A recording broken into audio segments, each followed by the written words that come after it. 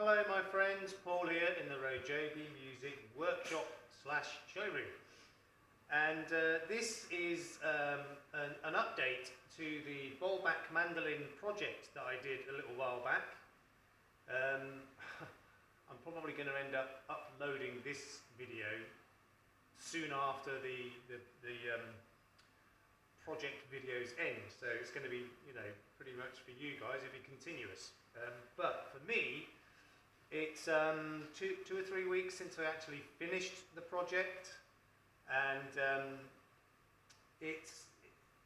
I was very happy with the result.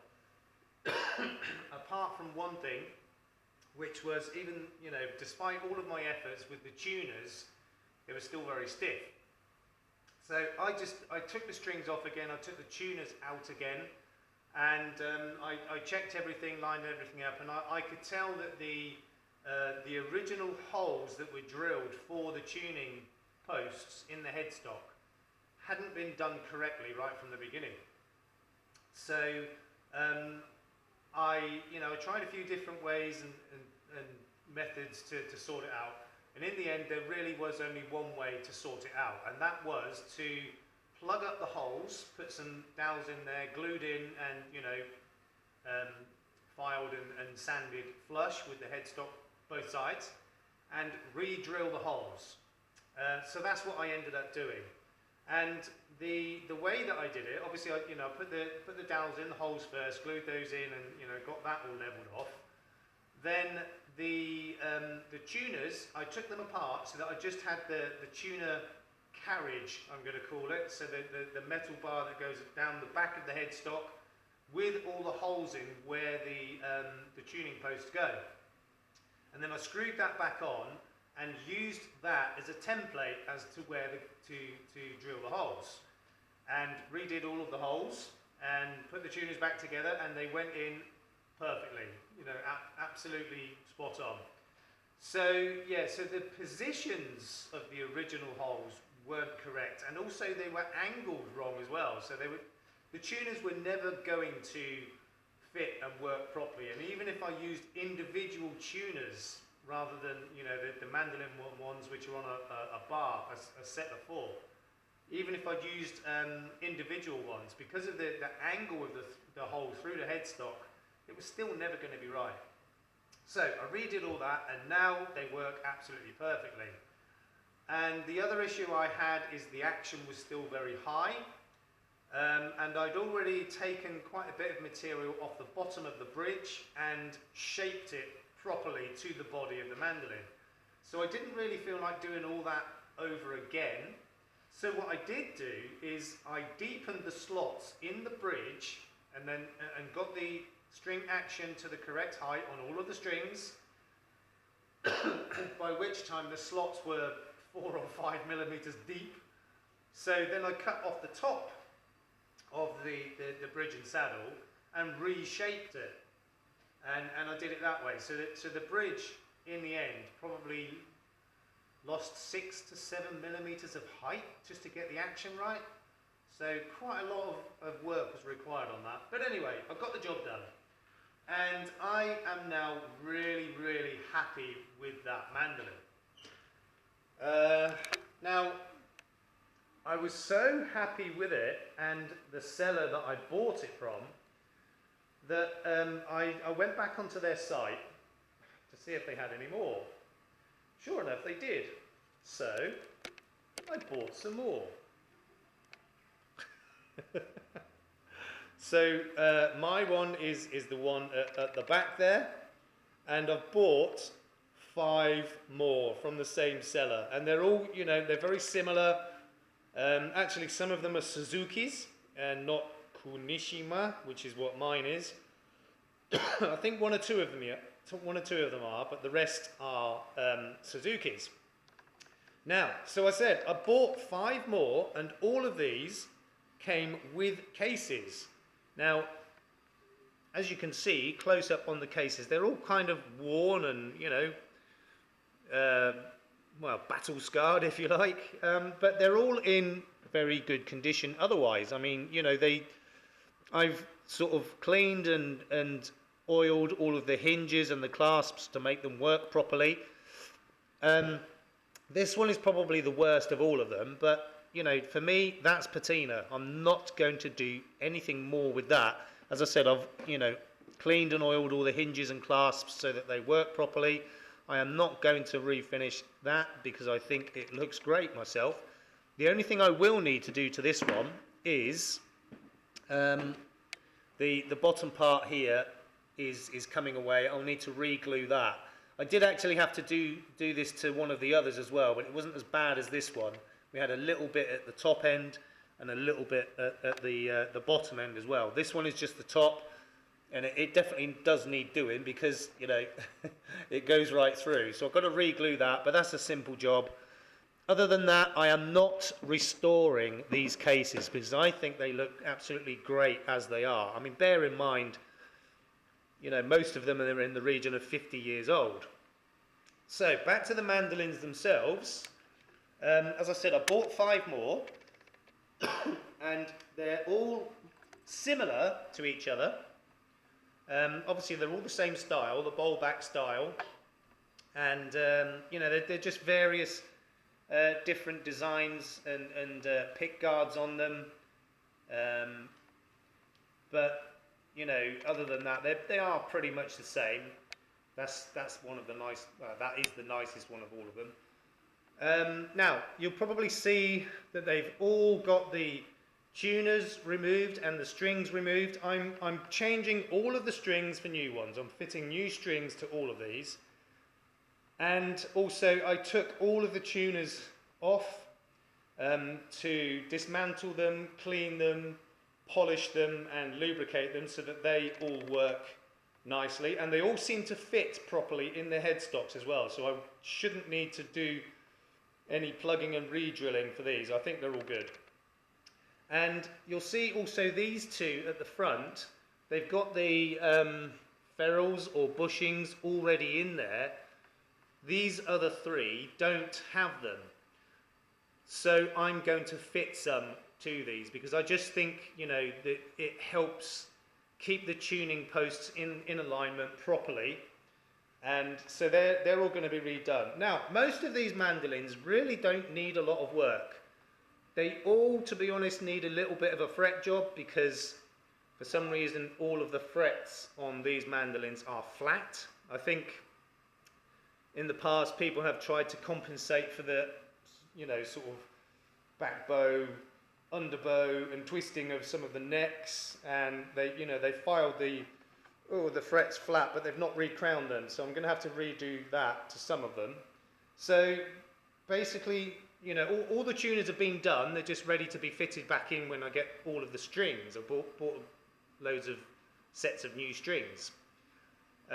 So all the tuners have been, you know, dismantled, cleaned, polished, put back together and lubricated. So as I said, they are all different designs. This one is by far the nicest one. Nice mother of pearl inlays and everything. It's really, really nice. But this one is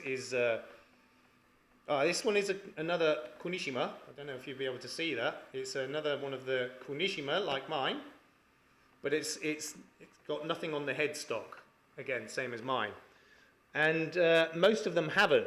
Although this one does have the Suzuki logo on the top of the headstock. I'm not going to do any of that. Now, as I said, they all need very, very light work. You know, a little bit of cleaning and put them back together with the new strings and everything. However, this one, and I'm going to take it back to the bench and show you this one a bit more up close. So this one, when I had a look over it, I said it is quite nice. Just move that studio light a bit closer. Well, without tipping it over. So yeah, on the face, on the face of it, it's quite nice. Now, it is heavily lacquered all over, including the fretboard and the frets. Now, I've already made a start at cleaning the fretboard up, so I think you'll see where I got to. Right about here. So from here upwards, all of the frets and the fretboard have been cleaned up. They're not oiled yet. Well, the fretboard's not oiled yet, but I've got all the lacquer off of there. Still got this part to do. Thought I'd leave that on there to show you what I'm up against. So the whole thing has been covered in lacquer or varnish, whatever it is, I don't know, including the frets and fretboard, so I've still got to finish that off. And the pick guard on here, I originally thought that these inlays were just the same as the natural wood colour here, but I started to chip some of the varnish away. These are actually mother of pearl. Beautiful. So this one as well you can see. So I was going to leave this. I thought, it's old, it's patina, but I'm going to have to take all of that lacquer or varnish off the top of there because I've got to reveal that. I mean, that's mother of pearl and it's stunning. I love mother of pearl. And so this one's going to need some work. This is going to need some finishing work. I may or may not film some of that, but this is the only one that really needs any work. All of the others, as I said, are just some light fret work. I had to, clean and oil all the tuning pegs. I've got new strings coming for all of them. They're all getting new strings fitted, and that's about it for the others. But this one, this is going to need some work. Now, once I'd placed several orders with this seller, they sent me this as a free gift with one of the orders. It's a tuner. It's all in Japanese or Chinese, but it doesn't matter because they all work the same, except for this one. I can't get it to work. So it came with a battery. They have a 9-volt battery in the back. It came with it, but I couldn't get it to work, so I thought, well, perhaps the battery's dead. So I had some 9-volt batteries in stock, so I put one of mine in, still wouldn't work. So I tried like 3 or 4 of my batteries. I couldn't get it to work. Now, the batteries I've got, I've had them in stock for a long time, and I think they might all be dead, to be honest. So I've ordered another rechargeable 9-volt battery. I'm going to try it in this. If that doesn't work, I'd say that this is cooked, it's fried. But it was a free gift. If I can get it to work, great. If not, I've lost nothing. So, so I bought these extra 5 mandolins, and I was really, really happy with all of them. Even this one I've got to do some work to, because once I finish, that's going to look stunning. And they are all, for their age, 50 years old or thereabouts, some a little bit older actually. They're all in excellent condition, in my opinion. And I thought, I haven't finished yet. I mean, I was so impressed with these 6 mandolins that I bought from the same seller. I went back on their site to see what else I could get. And I got something else. So, I bought some violins. So I've basically got the whole family. Now this one here at the end, this is a full-size violin. This is the one that I had, and I did the neck replacement on it. This is the one that had the plastic neck, and I replaced it with a proper wooden neck. But I got on the site of the people I bought these mandolins from, and saw all of these violins.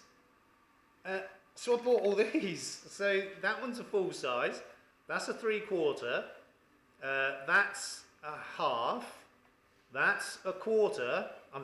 I might be saying it wrong, it might be a quarter or 1/4. That's a 1/8, and that is a 1/10. Tiny little thing. I mean, look, if I just pick it up and you see it in my hand, you see just how tiny the thing is. I think it's like 14 inches long total. Like 35 35 centimeters. So I've got the whole family. Well, actually I haven't. 1/10, 1/8, 1/4, half, 3/4, and a 4/4, 4/4, well, however it is you say it.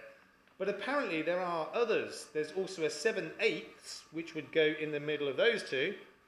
And there's 2 more even smaller ones. So that's a 1/10. There's also a 1/16 and a 1/32. I mean, that thing must be like the size of the palm of my hand. Crazy. So I bought all these violins which need very, very little work.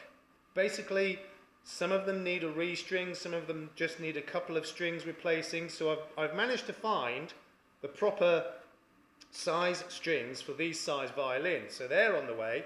So they'll all be getting restrung, or some of them. I've already fit, I mean, look at the size of the bridge on that thing. Just put my hand next to it. That is crazy. I mean, it's about the size of my fingernail, a little bit bigger. So I put all the bridges on them, and I've kind of got them up to tune-ish. And for the most part, they're okay. But some of these smaller ones, the bass string, I can tell, is not the right string for this size of violin because it's very, very loose and dull. So, you know, I am going to be replacing most of the strings on these. And also the good things with these violins, they also all came with cases. So that's my original full size. That's the 3/4, the half, the 1/4, the 1/8 and the 1/10. So they all come with the cases and with the bows. They've all got the bows with them as well, and they're all in good condition. So as I said, these need very little work, which is great because I've got to be honest, I hate working on violins. They're a pain. So, you know, my reason for buying all of these is because I only need to do a minimal amount of work to them. I can flip them around and make a little bit of profit. So yeah, I'm kind of extending the time that I'm going to be using or having my shop, because I did say I was closing it down, but you know, I've still got quite a few of the guitars and the ukuleles in stock, so effectively the shop is still open. But you know, I thought I'd go down this route with you know, like vintage instruments, if you like. We have had inquiries before about violins and things. Of course, I didn't have any in stock. Well, now I do, practically the whole family. So that's my intention with this lot, is to, you know, give them some light restoration, not even really restoration, refurbishment, I don't know which would be the right word, but it's all very light work and they're getting flipped around and resold, eventually. So, yeah, I'm really, really happy with this. Oh, incidentally, I forgot to say, they sent me another free gift because of all these orders. Almost completely forgot about this. So, yeah, so now, you know, I've bought 6 mandolins and 5 violins from this seller. With my last order, they sent me another free gift. Let me just move this light a bit closer. So, when this arrived with the last order of violins, I thought, oh, what is it? And there was a label on there saying free for you. So I thought, wow, fantastic. Now, so let's open the case up and we'll see what we've got. Dun, dun, dun. Okay, so this is a Japanese harp. Absolutely stunning. I love this thing. You can see at this end it's got 5 tuning keys, so it's got 5 strings. And it's got all these keys on there as well. You know, if you look at it, it's kind of reminiscent of a piano keyboard, which is effectively what it is. To top things off, this is electric, so you can plug it into an amp. It's got volume and tone there. Now the string arrangement, I don't know how well you can see that, you've got 3 thin strings there, then a medium, and then a thick string there. So obviously, you know, that's treble, mid and bass. And these 4 strings, they run up inside under all of these keys. So you press these to make your chords. But this bass string, this runs along the side of it, underneath. So that's a drone string, so that stays the same all the time. Now, I knew absolutely nothing about these things, so I got online and, you know, did a bit of research. And it turns, because I thought, how would you tune this thing, you know, to play it? I thought, it's bound to be complicated. No. So those first 3 thin strings are all tuned to a high G. all the same. And then this thicker string next to it is a G, an octave lower, G. And then this bass string, guess what that's tuned to? A G. So this is tuned G, G, G, G, G. So you've got the high G, mid G,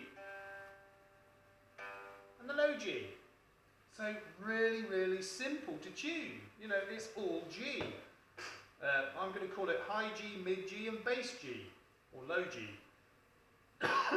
And regular viewers of mine may remember, quite a while back now, I made what was called a mountain dulcimer, which was like, there's a big box with the strings on it, and you played it flat like this one. So you pluck the strings, and then you fret the fretboard. Well, this is pretty much the same thing, but you've got the keys to do the fretting for you. So each key frets all 4 of those strings, but as I said, not the bass string, that's a drone. So it's really simple to learn to play as well. I mean, you know, you strum and you chord. Could not be simpler. So I have actually been playing it a bit. It's quite awkward for me because obviously this is a right-handed instrument and I'm not. So I'm having to, you know, relearn how to play right-handed. But because I've never played one of these before, I mean, I did have a little go with that dulcimer when I made it, but I turned it around to make it, you know, so I was playing it left-handed. But this, you know, it's got to be played right-handed. But it's not all that difficult really, and I'm kind of getting used to it, so it won't be too bad. So I've decided I'm going to keep this. This is mine. This was a free gift from the seller that I bought these mandolins and violins from, and I absolutely love it. I mean, I've plugged it into the amp as well, and it, you know, it doesn't change the tone, just the volume really. It's exactly the same as, you know, amplifying any acoustic instrument. But this, it plays pretty good acoustically as well. So yeah, I'm going to keep this. I absolutely love it, and I'm going to learn to play it, right-handed or not. So yeah, quite an interesting update I think of mine to the Bowlback Mandolin project. Where I bought one and reset the neck and flipped it around to play left-handed. Loved it so much I bought 5 more from the same seller. Liked those so much I bought 5 violins from the same seller, and they gave me this beautiful free gift. And I did look on their site, and this wasn't priced particularly high, but even so, I thought it was a really nice gesture. You don't get that very often here, and it was a Thai supplier. It doesn't come from China. You don't really get that kind of treatment here from sellers. They're just like, yeah, you want it, buy it. If you don't, go away. That's their attitude, you know. And I thought this was a really, really nice gesture. It's a beautiful instrument, and I'm keeping it, and I'm running out of time. So that's it for this video, and not sure what's coming next, but we will see soon what is coming. So please don't forget to like, share, subscribe, comment, and hit that notification bell, and yeah, tell your friends, colleagues, family, etc. to subscribe as well. In the meantime, please look after yourselves, look after each other. We will see you soon. Peace out.